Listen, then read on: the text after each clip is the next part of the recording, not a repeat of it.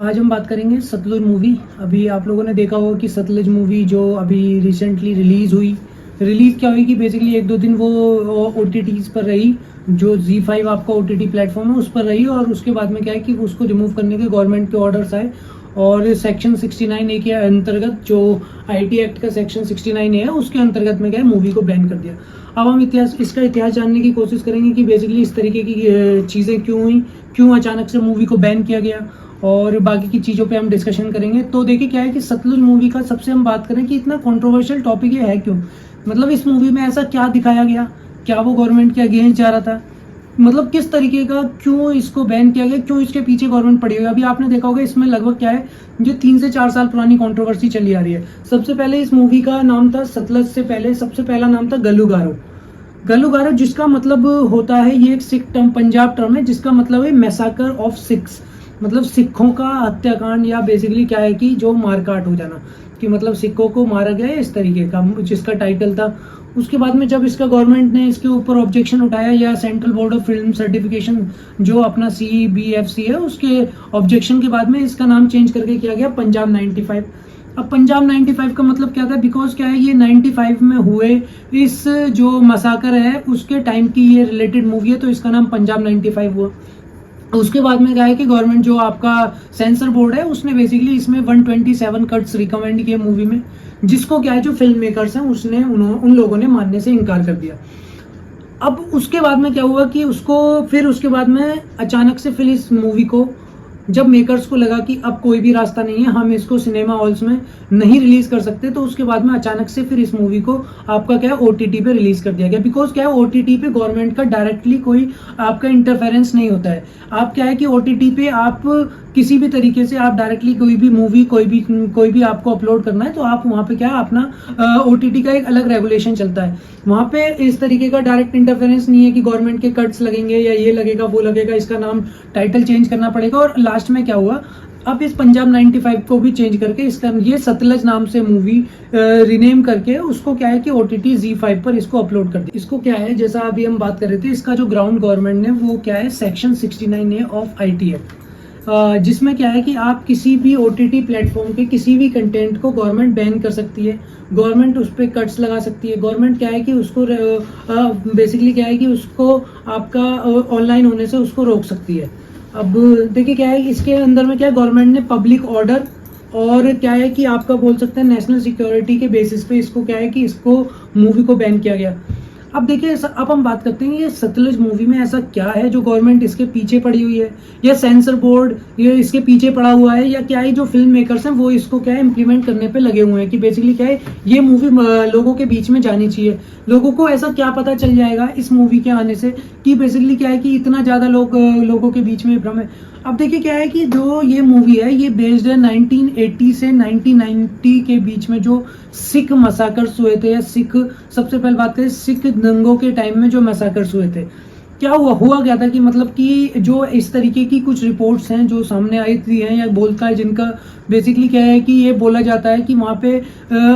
Thousands के approx bodies को, unidentified bodies को एनकाउंटर करना, उनको पुलिस कस्टडी में टॉर्चर करना, और उनका क्या है कि क्रिमेशन कर देना इलीगली तरीके से, ना फैमिली को कोई भी भनक या किसी भी तरीके से।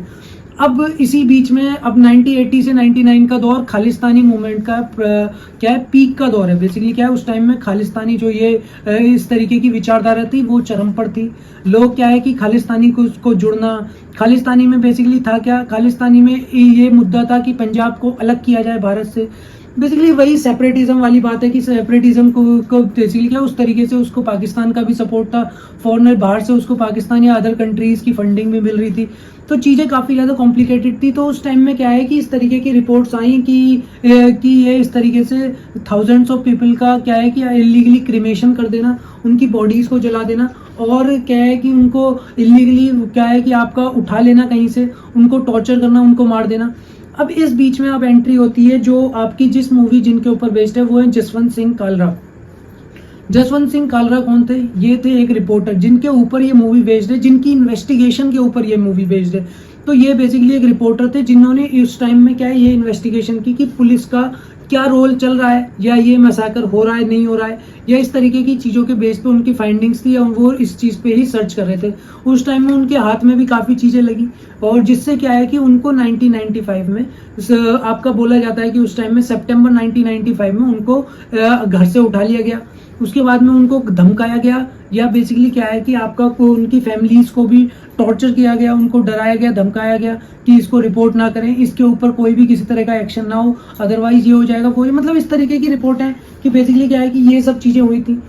ये तो फाइंडिंग है कि भाई जसवंत सिंह कालरा को उनके यहाँ से उठाया गया, और क्या है कि 10 से 15 दिन में, लगभग 17 सितंबर के आसपास 1995 में क्या है कि उनका क्या है मर्डर हो गया, या बेसिकली हम बोल सकते हैं कि उनको क्या है कि बेसिकली उनको जहाँ पे जैसे पुलिस ने उठाया तो उनका क्या है कि कस्टडियल टॉर्चर में उनकी डेथ हो गई। बाकी चीज़ें कॉम्प्लिकेटेड हुई, और अब क्या दौर आ गया है, अब ये है कि भाई जब ये फिल्म मेकर्स ये मूवी बनाने का चल रहा था, और गवर्नमेंट ने क्या इसमें स्टार्ट इनिशियली 127 कट्स को रिकमेंड किया, बट फिल्म मेकर्स ने उसको मानने से इनकार कर दिया। देखिए क्या होता है कि इस तरीके की चीज़ें अनरेस्ट की सिचुएशन भी क्रिएट कर सकती है। अगर ये मैसेज लोगों के बीच में जाएगा कि भाई इस तरीके की चीज़ें हुई थी, अब क्या पता उसका क्या है, कुछ लोगों के माइंडसेट में किस तरीके का असर पड़े, क्या पता कुछ लोग उसको भुनाने की कोशिश करें। तो क्या है कि हमारे फिल्म निर्माताओं को भी ये चीज़ देखनी होगी कि भाई आप अगर आपके पास, अगर आपको कोई मूवी बनानी है, अगर आपको सेंसर बोर्ड या कोई किसी तरीके का कोई कट्स रिकमेंड कर रहा है, तो आप हो सकता है कि आपको 127 कट्स रिकमेंड किए, आप उसका हाफ या कुछ इस तरीके से लगा के, या आप बीच का रास्ता भी निकाला जा सकता था, मगर आपको वो ग्लोरिफिकेशन करना ही है, आपको वो चीज़ दिखानी है, तो ये निर्माताओं के इंटेंशन पर भी उंगली उठाती है। बट देखिए, सेपरेटिज्म, खालिस्तानी, इस तरीके की चीज़ों का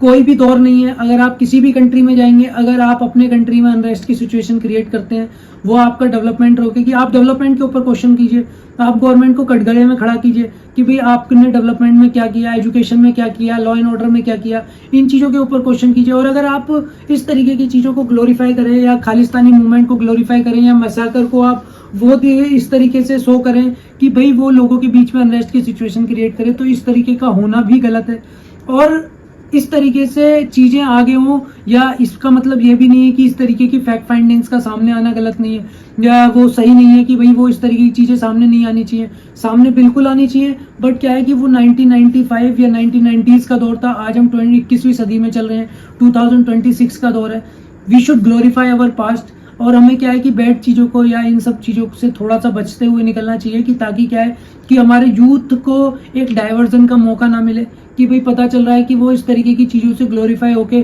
कोई भी चीज़ पास्ट में कोई चीज़ गलत हुई, इसका मतलब ये नहीं है कि हम उस चीज़ को पकड़ के बैठे रहें, और हम उस चीज़ को बेसिकली क्या है कि हम उस चीज़ को ग्लोरीफाई करके 4 लोगों को और आपका उसके सपोर्ट में खड़ा कर दे। तो ये सब चीज़ें भी नहीं होनी चाहिए। बाकी अगर इस तरीके की चीज़ें हुई हैं, और कोई भी आपका किसी भी तरीके से कल अगर आपका कोई भी जो गुनहगार है वो अभी बचा हुआ है, तो गवर्नमेंट को भी चाहिए कि इस तरीके से फुल एक्शन होना चाहिए, और क्या है कि इस तरीके के लोगों को भी सजा होनी चाहिए। अगर किसी का इलीगली कस्टोडियल टॉर्चर या मर्डर होना, इस तरीके की चीज़ें भी काफ़ी बिल्कुल गलत है, ये बिल्कुल भी नहीं होना चाहिए। बाकी देखिए ये है कि अब सतलुज मूवी का बैन करने का गवर्नमेंट का यही है कि पब्लिक ऑर्डर और नेशनल सिक्योरिटी के लिए किसी भी तरीके की खतरा हो सकती है। अभी आपने देखा होगा कि आपने खालिस्तानी मूवमेंट के लिए निज्जर नाम से एक आपने उसके बारे में सुना होगा, हत्याकांड के बारे में, कि भाई कनाडा में मार दिया, इसको मार दिया, उसको मार दिया। तो काफ़ी अभी रिसेंटली कुछ चीज़ों में इस तरीके की खबरें भी पॉइंट आउट हुई हैं कि आप सोच समझकर, आप थोड़ा सा भावनाओं में ना बहकर डिसीजन लें। भाई आपके लिए आज क्या सही है, आने वाले फ्यूचर के लिए क्या सही है, पास्ट में क्या गलत हुआ, उस चीज़ को भी आपका क्या है कि उस चीज़ को गलत ठहराना भी बिल्कुल सही है कि भाई वो गलत हुआ। बट ये नहीं होना चाहिए कि आज हम पास्ट को इतना ग्लोरीफाई कर दें कि आज मतलब गलत को इतना ग्लोरीफाई कर दें कि वो 4 लोगों के लिए मोटिवेशनल फैक्टर बन जाए, और 4 लोग उससे मोटिवेट हो जाएं और वो रास्ते से भटकें। इस तरीके का इंटेंशन भी किसी का नहीं होना चाहिए। बाकी जागरूक रहें, जिम्मेदार बने, और अगर वीडियो पसंद आई हो तो लाइक करें, शेयर करें, सब्सक्राइब करें। बाकी थैंक यू।